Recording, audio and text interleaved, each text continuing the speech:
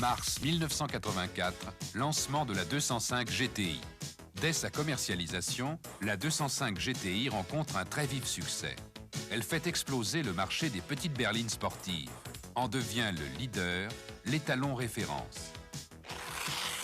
1986, la motorisation de la 205 GTI évolue. Augmentation du diamètre des soupapes, nouvel arbre à cames, modification des tubulures d'admission et d'échappement.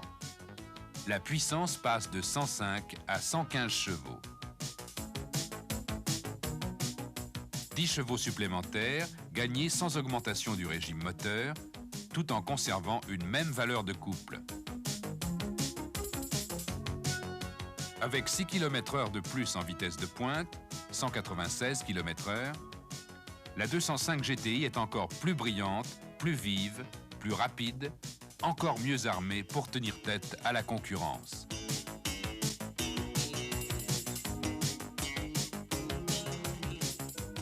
Golf GTI, Opel Kadett GSI, Ford Escort XR3i, Fiat Uno IE Turbo, Renault 5 GT Turbo, face à la 205 GTI. La Kadett GSI. La recherche d'un bon CX nuit considérablement à la ligne de la Kadett GSI.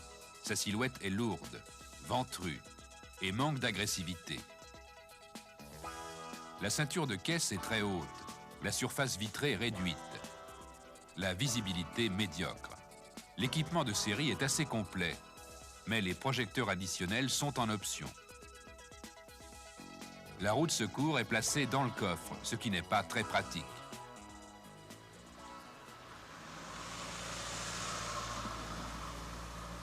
Alors l'Opel Kadett.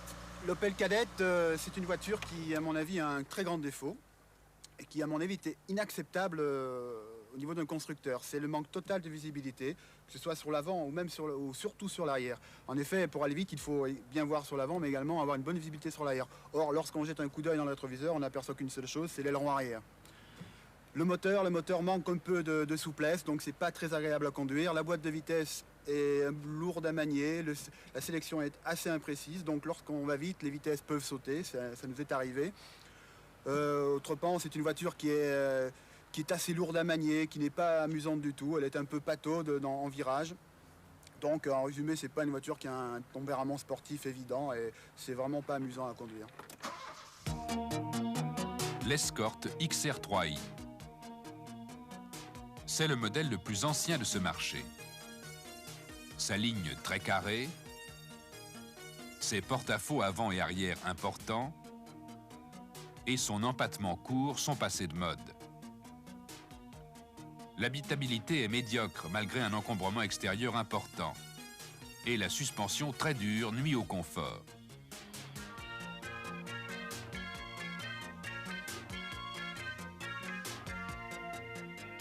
L'équipement de série est incomplet. Très peu d'informations au tableau de bord, pas de lecteur de carte ni de banquette arrière rabattable par moitié. La roue de secours est dans le coffre. Les jantes en alliage léger et les projecteurs additionnels sont en option.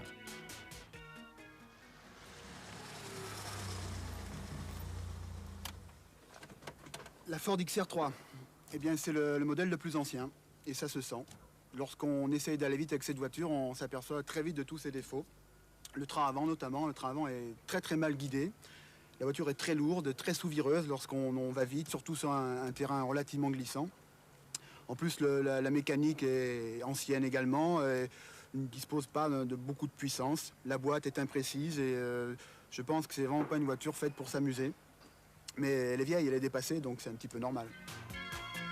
Attention tout de même, Ford est en train de procéder au restyling de l'Escort et la nouvelle version sera présentée au Salon de Genève.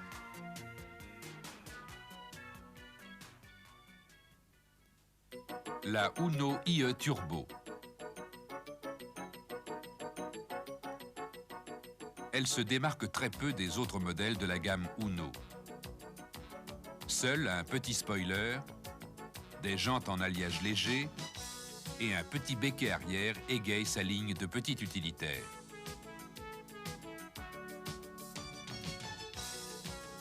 Le style et la qualité des équipements et de l'aménagement intérieur sont médiocres. La roue de secours est placée dans le coffre sous une mince feuille de plastique. Le dessin du train avant, la petite taille et l'étroitesse des pneumatiques ne présagent rien de bon en ce qui concerne la motricité et la tenue de route.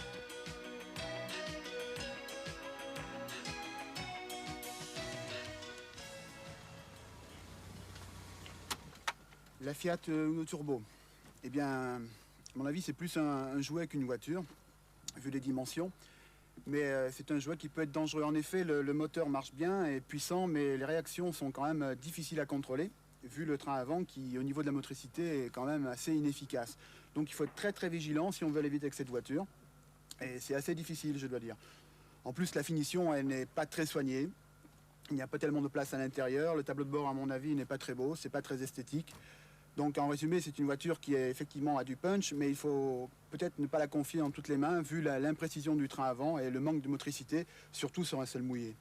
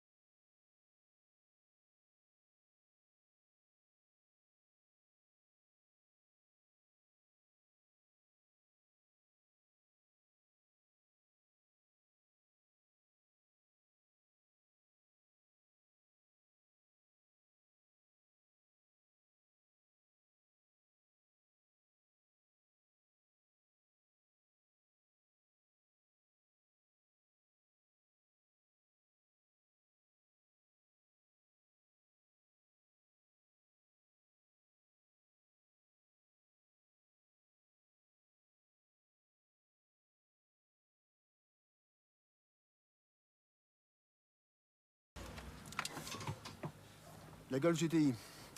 Eh bien, c'était une des premières GTI, mais je pense qu'elle a quand même pas beaucoup évolué depuis l'époque où elle est sortie. C'est une voiture qui est un petit peu lourde à conduire. Je trouve par rapport à ses concurrentes que le moteur n'est pas très puissant.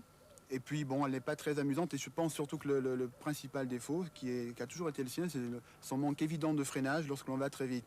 En endurance et en efficacité, vraiment le freinage est à revoir. Ceci dit, bon, c'est une bonne voiture, mais qui, à mon avis, commence à être un petit peu dépassée. C'est pas le changement de la ligne à l'arrière qui va y changer quelque chose. C'est une voiture qui date un peu. Principale concurrente de la 205 GTI, la R5 GT Turbo. Sa ligne est un remake de celle de l'ancienne R5.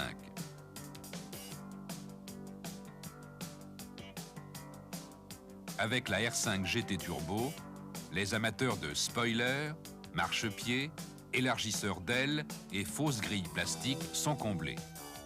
La R5 GT Turbo possède tout ce genre d'accessoires dont la présentation manque de discrétion et de bon goût. Et l'équipement de série souffre de quelques lacunes. Les glaces teintées, la banquette arrière rabattable par moitié, les jantes en alliage léger et les pneus larges taille basse ne sont disponibles qu'en option. La R5 GT Turbo n'innove pas non plus par sa mécanique. Elle est l'une des dernières sur le marché à conserver un moteur avec bloc en fonte et arbre à cam latéral entraîné par chaîne.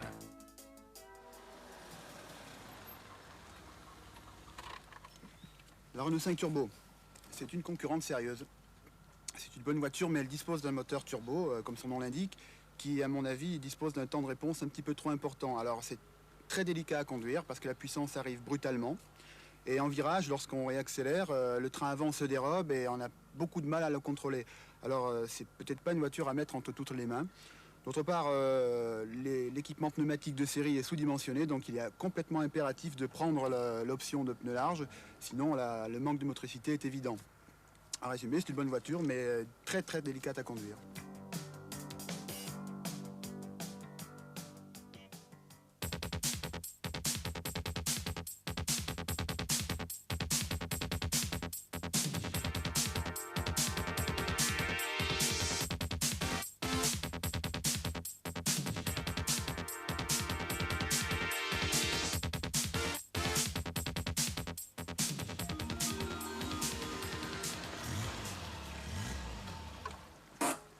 la 205 GTI, c'est la meilleure. Pourquoi? Deux qualités essentielles, le moteur et la tenue de route. Le moteur, on dispose de 10 chevaux de plus, c'est largement suffisant, c'est puissant, agréable à conduire. Et la tenue de route, c'est pareil, on la connaît, c'est parfait. Le train avant est très très bien dessiné et procure à la voiture une tenue de route parfaite. En conclusion, c'est la plus homogène, la plus complète et la plus agréable à conduire.